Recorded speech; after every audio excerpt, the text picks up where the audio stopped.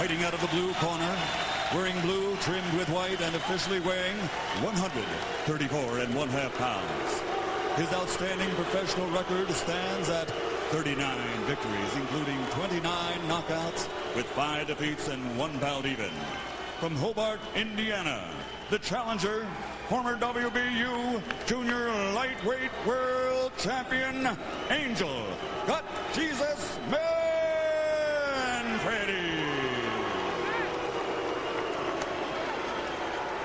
And his opponent across the ring, fighting out of the red corner, wearing black and weighing in at 134 pounds. He comes to the ring tonight with a perfect professional record consisting of 34 bouts, 34 victories, including 14 knockouts. Ladies and gentlemen, presenting the pride of Pittsburgh, Pennsylvania, the reigning, defending, undefeated IBF lightweight champion of the world, the Pittsburgh Kid Paul Spadafora.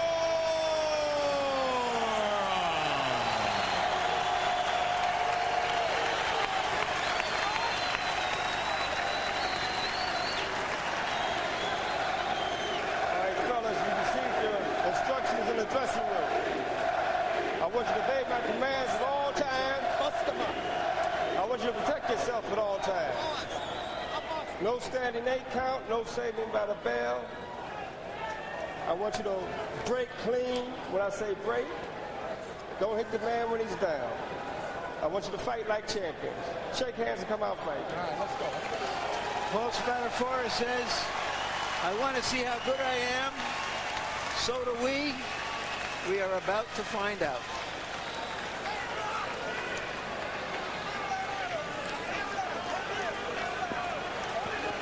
Angel Manfredy suggested to us, not in exactly these words, that he would attack Spadafora early and try to pierce the hometown fighter's confidence. He wants to try to show Spadafora here in this first round that he's at another level of competition. It was interesting where I was complimenting him on his great defensive fight when he fought with Diaz, where he placed his punches, took his time. He says he's throwing that all out the window. He said even though he was successful with Diaz, he wants to throw 100 punches around in this fight. And it's interesting, he said his favorite punch that he was working on was his left uppercut, which he's delivered twice. And also, one of the favorite punches of Spadafora is his right uppercut. Angel is hoping to counter Spadafora's right jab with a hooking left uppercut right through the arc of the punch. Spadafora is a guy who has that knack for standing in front of you and making you miss. You know, he said his idol, according to his information sheet, is Tommy Hearns as a fighter. But you can tell he's been watching a lot of Pernell Whitaker films. He doesn't move around a lot to be as tall as this. He likes to twist, give you angles, and shoot little short pinpoint punches. Very accurate puncher. So that's that Pernell Whitaker move right there. Dipping to the inside. So the size of the ring really doesn't matter that much for him.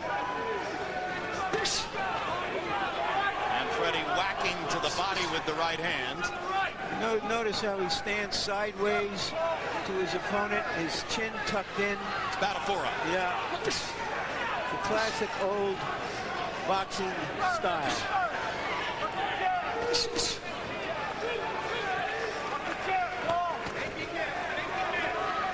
One of the elements of Spadafora's game, which Manfredy described as, quote, amateurish, is the noise that Spadafora makes when he punches. Manfredy says, I'll be able to time his punches because he makes that amateur wishing noise every time he throws one. Yeah, simply because he makes that noise doesn't mean that he's amateur. Lots of guys make noise when they throw punches. A lot of guys do that, yes. I think Juan Gomez, the WBC, well, used to be WBC cruiserweight champion until he relinquished the championship, he does the same thing. Break, step back, please. Step back, please. Go for it. Break. Break.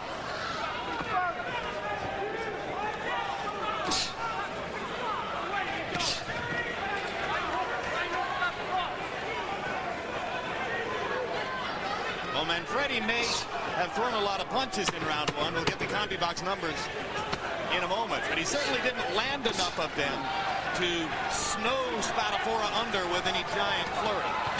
No one at this stage has been able to establish a good pattern.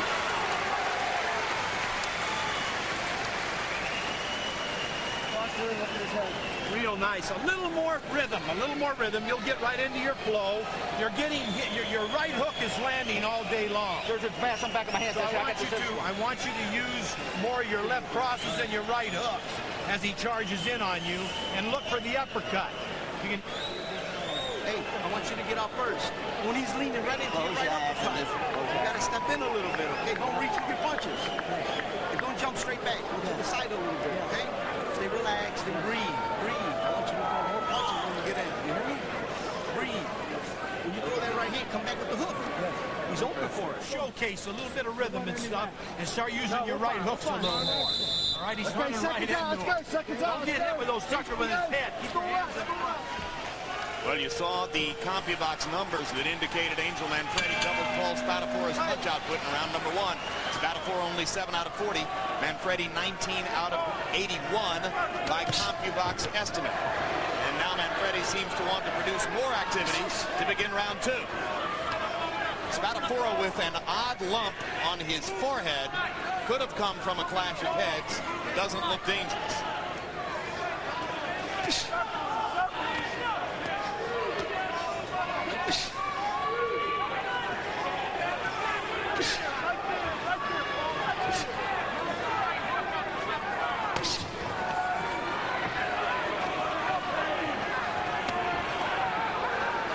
Getting the right hand to the body. Manfredy is fighting a very intelligent fight, but the position that Manfredy holds his right hand, and to me seems like it should make it very easy eventually for Spadafora to start landing straight left hands through the center.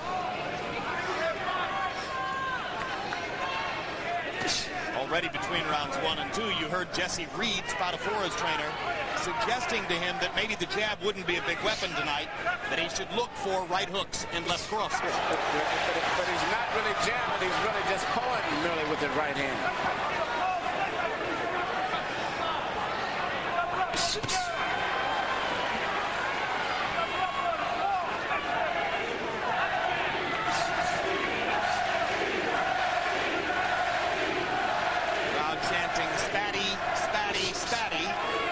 Lift their fighter. Spadafora has been very good with his short punches, very accurate punches on the inside. Even though he's taller, he seems to fight better on the inside. The biggest problem he's going to get caught with is that right hand hook that Manfredy shoots just as Spadafora starts pulling out sometimes. He gets hit with a right hook. There it is right there once again. Yep. As he starts pulling out in a bad angle, Manfredy lands the right hook. In fact, that is probably Manfredy's most effective punch at this stage.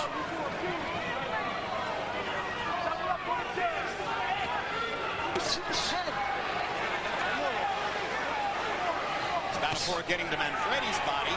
Angel blocking the left with the right hand.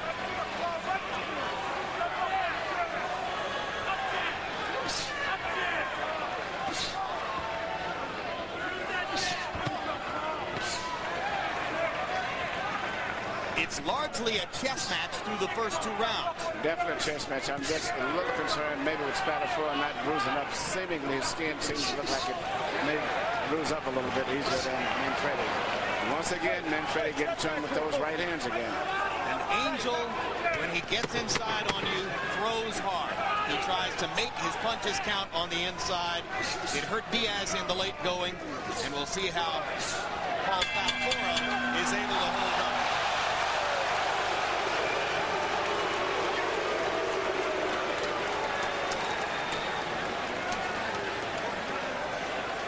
Listen, inside you're tearing that belly up nice. I want more left crosses and right hooks when he comes running in, and then start showcasing. There's your pass on the back of my hand, baby. More combinations. Yes, I like the way you're working inside. Now look, turn your shoulder a little more. Just a little more. Stand in front of him. Keep moving. I want you to throw that jab, then throw the right hand. All right? Close your eyes and Try not to stand in front of him. You're letting him take the lead. You got to get off first. You got to stop. You got to take the lead. You want to win the fight. You got to throw more punches when you get in there. Stay relaxed. Let the punches flow. Let them flow. Yes. Right? Let's go. Right hand up and down.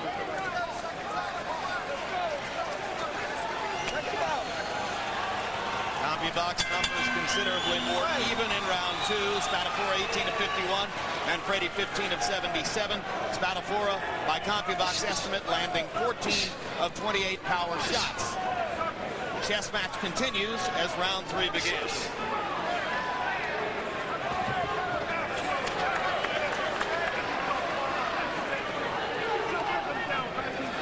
Spadafora calls himself a ping fighter because he really doesn't commit to his punches. How many pings equals a real pop?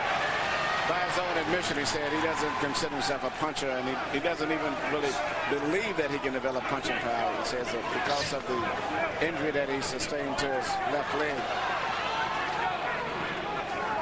But he says physically he don't think there's any lightweight in the ring that can physically move him around. Well, I think he's probably right because he's as big as a welterweight. And no doubt in a year or so we'll be moving up to the junior welterweight division. He's a very big lightweight. Spadafora moving Manfredy back with a left hand. That had some pop on it.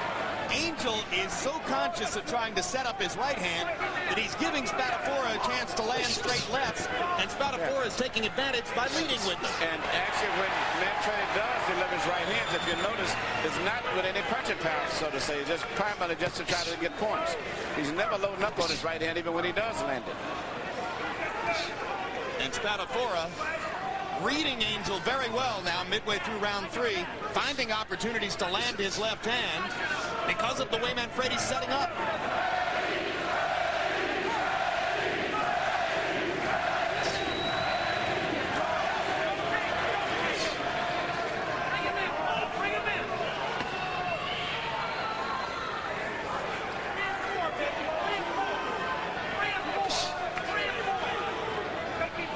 Paul Spadafora is a pure boxer. That is to say, he comes out to his fights hoping to win a decision, fighting to win a decision. And at the pace that Manfredy is fighting, he will win a decision tonight unless Manfredy steps it up. But Manfredy is also going to have to keep his right hand a little closer to the center. Because eventually, I think he's going to start again hit with straight left-hand punches.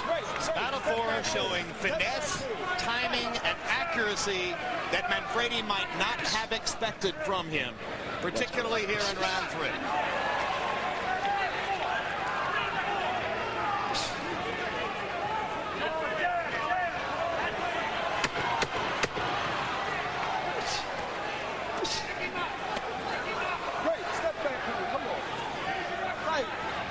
So far in the first 3 rounds, Angel Manfredy's plan is leading nowhere. World Championship Boxing returns March 23 with a featherweight doubleheader. Prince Nassim Hamed makes his first ring appearance since his loss to Marco Antonio Barrera last year. He faces Spain's Manuel Calvo. Also that night, Johnny Tapia, his sights set on a fight with Hamed later this year, takes on Angel Vasquez. That's March 23 on HBO, the heart and soul of boxing. You are watching tonight the new Pittsburgh Kid, Paul Spadafora, trying to reestablish boxing tradition in Pittsburgh, where, Larry, in the first half of the 20th century, some of the greatest fighters in the sport emerged. Well, there was Harry Greb, the great middleweight, the only man to defeat Gene Tunney. Fritzy Zivic, an outstanding welterweight who beat Henry, the great Henry Armstrong, in 2 of their 3 fights. Fought LaMotta 4 times, Robinson twice. Billy Conn, of course, light heavyweight champion.